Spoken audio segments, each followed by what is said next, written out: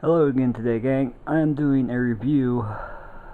This is my second review, so you're gonna have to bear with me on this stuff. Uh, I'm doing a review on my TV I just bought. Now it was $999.99. I don't know why they always do that 99 cents bit, but after tax it was like $1,050 something dollars. Uh, it's a Sony Bravia 55-inch 4K Android smart TV or whatever. It doesn't have 3D. Of course, 3D is kind of a gimmick and it's on its way out anyway. But it's actually my second 55-inch TV. But this one, I'll start with the downside. The downside is when I first bought the thing and hooked it up, it took over an hour to update the Android TV component of this thing and to update all the firmware and stuff. Over a freaking hour. I'd actually thought the thing was broke already because it was taking so freaking long. And it doesn't have like a little progress bar or anything. It just has a little spinning thing. It just kept spinning. I actually thought the damn thing was broke already. So, but we'll move on to the good stuff. Now, this thing, according to the box and according to the manual and everything, upscales everything to 4K definition. And I have to agree with it, because the picture on this damn thing is amazing. It doesn't matter what the input is, everything looks freaking gorgeous. Now there's multiple ways to increase the sharpness. Another downside though is the brightness. The brightness is a little low when compared to my old Vizio, but I'm getting used to it, so it's not that bad. I almost got it up to where the Vizio was, but it's still a little bit darker. I notice it because I'm used to it being really bright, but there's only really two bad things I can think of. Now we will go into the menus here. I'll show you.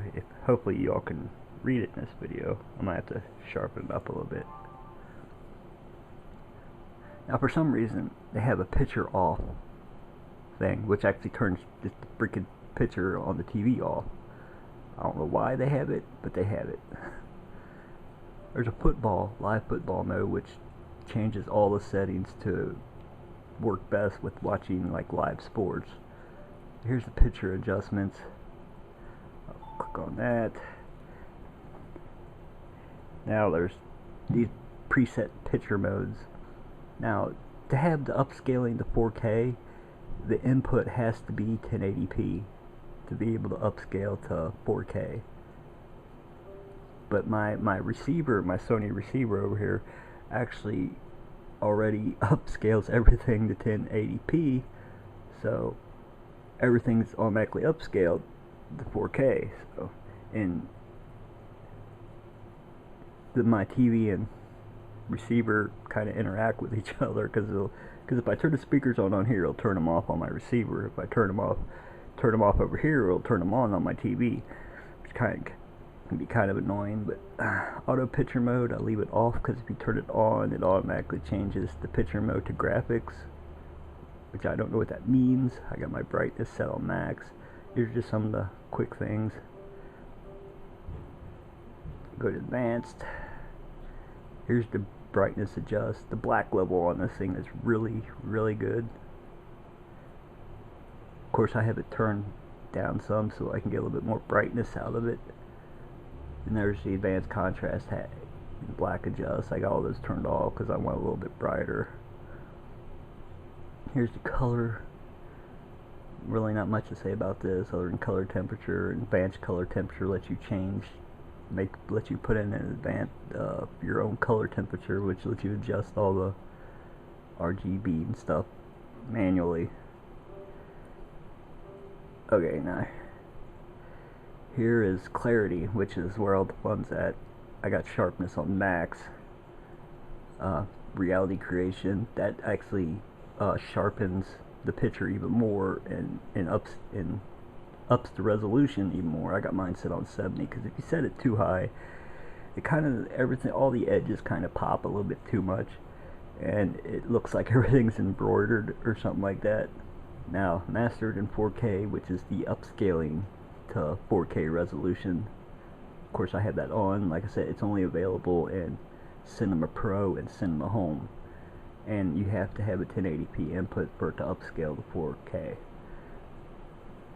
Random noise reduction and digital noise reduction, I got those both on high because it sharpens the picture even more and gets rid of random pixelation and all that good stuff. Motion, this is the 120 hertz thing. I don't know if it goes to 240. I know my old TV did, but this one does. I don't think it does not. I got it on custom. I got the smoothest on max, which makes everything really smooth when panning and stuff. Looks really great. Then there's clearness, which sets the, I guess, I'm not sure exactly what that does, but when you turn it up too far, your picture gets darker. So I got this set on 1. And Sim Motion actually gets rid of the jagginess of simulated refresh rates. So it makes everything look even more slower. And this is just, reset everything to default. Now, back to this wide mode. That just adjusts how much. I'll go to it real quick. This just shows you how it stretches the pictures. There's normal, wide zoom. Actually gets it a little too far. Normal, full zoom again. I keep it on full because that pretty much works the best. Back over here, sound adjustments. This is like the I haven't actually really fooled around much with this. Apparently there's a way to hook up a wireless subwoofer. I guess it's a Sony thing. I got the sound mode on standard, clear audio plus on, advanced settings. I'm guessing this is advanced auto volume, Dolby dynamic range, all that good stuff. Back to the menu. Now this turns your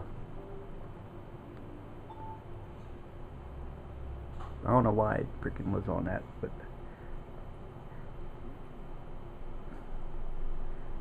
that turns your speakers either on the TV or on external headphone volume. It does have a headphone jack and sync menu. I don't know what the sync menu is for, but this is for Watch TV.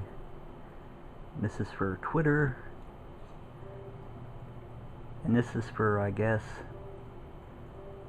twin picture. But guess what? It is not available for her HDMI. With the point, I'm not sure what the point is of including it, considering the only thing this thing has is 4 HDMI inputs. And yet, I guess we'll go up here and show you the back of the TV if I can get to it. Here, I don't know if you'll be able to see it or not because it's pretty dark, but here's the 4 HDMI inputs, and it also has 3 USB inputs, and there's a little panel on the back for controlling it. Now it does have another thing back there, but I'm not sure what's on it because I didn't really look, because like I said, the only input I actually use is the HDMI. I think it has a component and a composite for analog, but I don't really use it. But now the absolutely most amazing thing about this TV is you do not need to use game mode to play games. You know, game mode is basically a thing that turns off all that post-processing shit, so there's no lag. I have all the post-processing stuff on, and picture looks amazing, right? Well, in game mode you have to turn all that off. You know, turn off the 120 thing, turn off the upscaling, turn off all that noise, digital noise reduction, all that stuff that you do not have to do it on here. There's absolutely no fucking lag at all on this thing when playing video games. It's freaking amazing. So all my games look like they're in 4K, and the motion on like first-person shooters and everything all looks freaking amazing. That's the best thing about this TV is that right there, because you do not have to use freaking game mode. And I even tested it with Rocksmith.